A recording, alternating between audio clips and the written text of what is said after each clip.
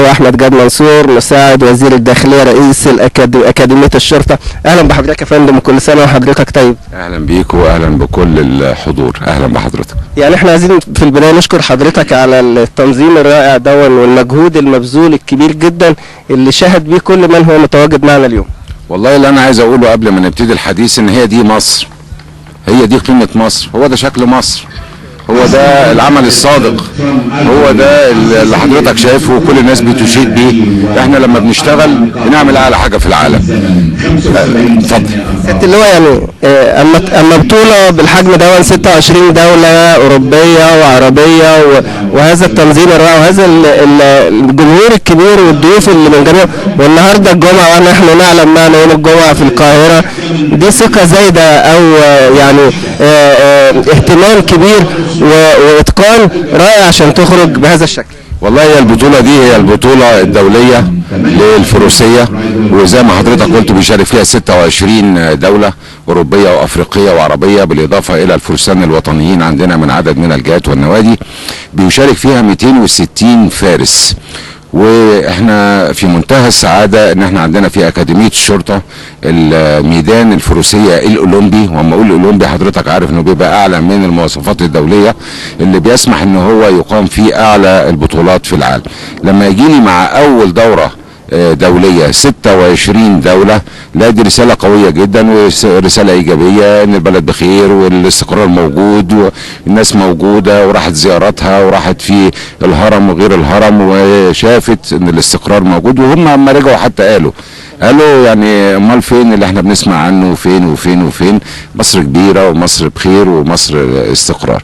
فالحقيقه لما عرض من الاتحاد المصري للفروسيه لتنظيم هذه الدوره، عرض علينا المهندس الفاضل هشام حطب والاخ العزيز اللي هو سيد معوض، عرضوا علينا الحقيقه هذا الموضوع. فاحنا بادرنا ليه؟ لان لنا ادوار كتيره غير الامن وتحقيق الامن ومنع الجريمه والكلام ده كله بتاع الداخليه، لا لنا دور مجتمعي ولنا دور في البلد ولنا دور ان احنا ننشط السياحه الرياضيه.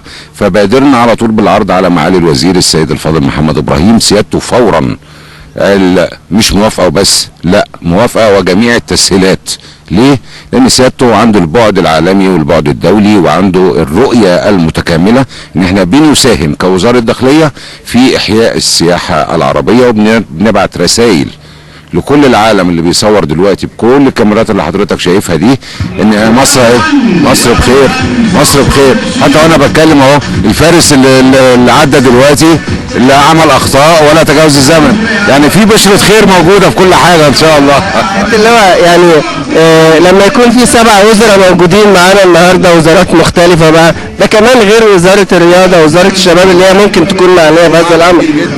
ده ايه معنى الكلام ده؟ له معنى كبير جدا زي ما بقول لحضرتك، بيعظم فايدة في العلم بقى بنقول عليها اللي هو التيم ويرك او روح الفريق. لما يبقى بطولة زي دي لها ابعاد امنية، ابعاد رياضية، ابعاد شبابية، ابعاد في الثقافة، ابعاد في السياحة، يبقى كل الوزارات دي لازم تعمل اللي بنقول عليه التنسيق او الكوردينيشن مع بعضيهم عشان يقعدوا مع بعض. وده اللي حصل، اتعملت لجنة تنسيقية لانجاح هذه البطولة.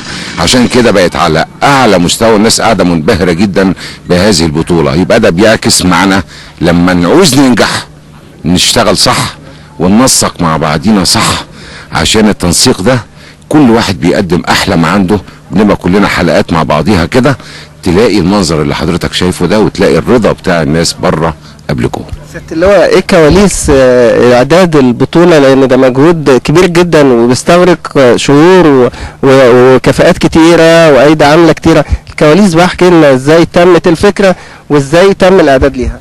والله هي زي ما حضرتك بتقول فعلا جهد شاق وجهد كبير جدا، ولكن الحقيقة طالما هذا الجهد تم بتحديد ادوار وتحديد مسؤوليات وبالتنسيق الكامل مع كل الجهات المعنية، فكل واحد بيشيل جزء من هذه الاعباء. تيجي ترصها مع بعض بقى يطلع لك بيت جميل، يطلع لك فيلا جميلة، يطلع لك شكل جميل. فعشان كده ما حسناش بهذه الاعباء دي. واحدة. نمرة 2، لما بتيجي تعمل حاجة لبلدك بتبقى مبسوط، عايز تقوم بلدك بتبقى سعيد، بيبقى عندك روح وطنية موجودة. عمرك ما هتبص في الساعة بتاعتك دي عشان تقول انا عايز اروح او عايز حاجة. ليه؟ لان التارجت بتاعك مختلف. انت عايز تحمي بلدك، عايز تقوم بلدك، عايز تجيب السياحه لبلدك، عايز تنمي بلدك. فبالتالي الروح دي يعني خلت كل الحاجات اللي في الكواليس لمده اسبوع واتنين وشهر واتنين كلها حاجات ايجابيه وتواصل واجتماعيات بين الناس وبعضيها، كانش فيها اي شكوى من اي نوع ولا اي تضرر من اي نوع، وكل الناس عملت التسهيلات اللي تقدر عليها. والكاميرا بتاعت حضرتك هي الصادقة، هتشوف البطولة ماشية ازاي وتفحص وجوه المشاهدين كلهم قاعدين فخورين ان هم قاعدين في جمهورية مصر العربية. دائما كاميرا نايل سبورت السباقة وسابقة زي حضرتك ما قلت وصادقة، لكن انا عايز اقول معنى ان تقام البطولة النهاردة الجمعة، واحنا عارفين ان دايما بتكون في مظاهرات، معنى ان تقام البطولة في القاهرة كان ممكن تعمل في شرم الشيخ في الغردقة في مكان ممكن السيطرة عليه او سهل السيطرة عليه، لكن ده تحدي كبير ان هو تتعمل في التجمع الخامس في القاهرة يوم الجمعة. بص يا حبيبي، انا يعني مش عايز اخد الفاظ فيها تحدي او عدم تحدي. احنا بنشتغل وعينينا على البلد، وقدامي هدف معين ان بلدنا ترجع زي الاول واحسن من الاول وتتقدم والكلام ده. فكل واحد في مجاله يقدر يعمل اي حاجة يعملها. انا وانا بعمل دي ما فيش في دماغي الافكار اللي حضرتك قلت عليها دي، لا ده انا بعمل دي عشان دي طوبة في بناء مصر مرة اخرى. رسالة العالم كله بيصور دلوقتي، هيقول لك الله، ما هو دي حاجة يعني دي حاجة منطقية. انت قاعد اهو وقاعد مبسوط والشمس جميلة والجو جميل والفرسان بتلعب والناس قاعدة ومبسوطة وبتاكل وتشرب. طيب ما هو لو في بقى ميديا تانية عمالة تقول غير كده، يبقى انت برضو بعقلك انت هتقول الله امال ايه اللي بيحصل ده. فهي رسائل الحقيقة طبيعية، لا اقصد بيها ان انا اقول فلان ايه ولا تحدي ايه ولا اي حاجة اطلاقا. احنا بنشتغل بطريقة ايجابية. احنا مع يعني عايز اقول رسالة برضو صغيرة كده، نبطل نتكلم بقى، بلاش كلام كتير، العبرة بالعمل. اللي انت شايفه زائد حاجة تانية زائد حاجة تالتة في كل الوزارات، سيادتك شايف كل الناس مشرفة وكل واحد له لمسته وله بصمته في نجاح هذا هذه المسابقة.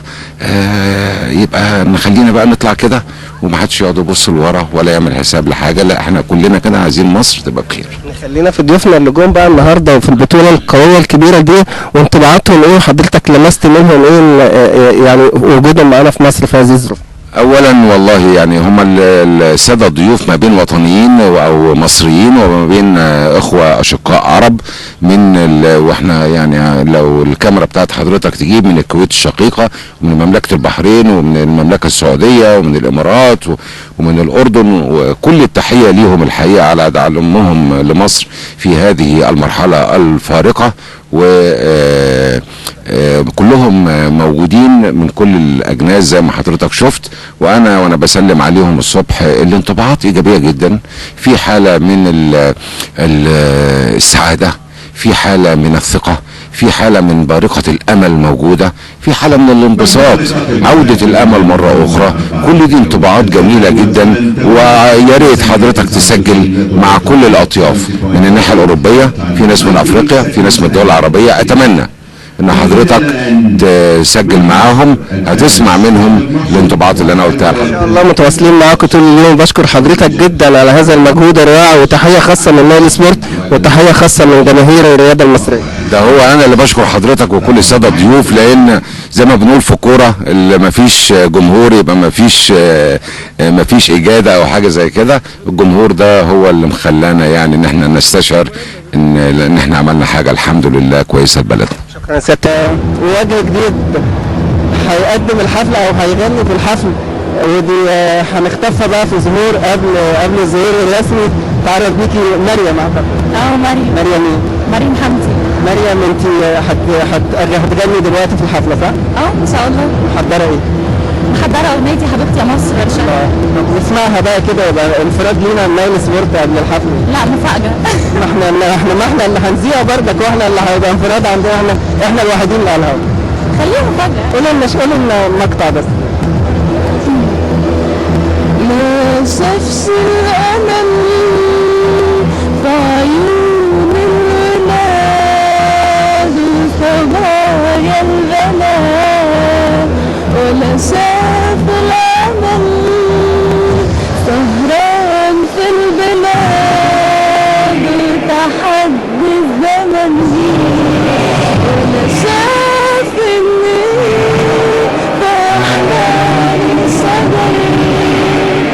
ولا سمعنا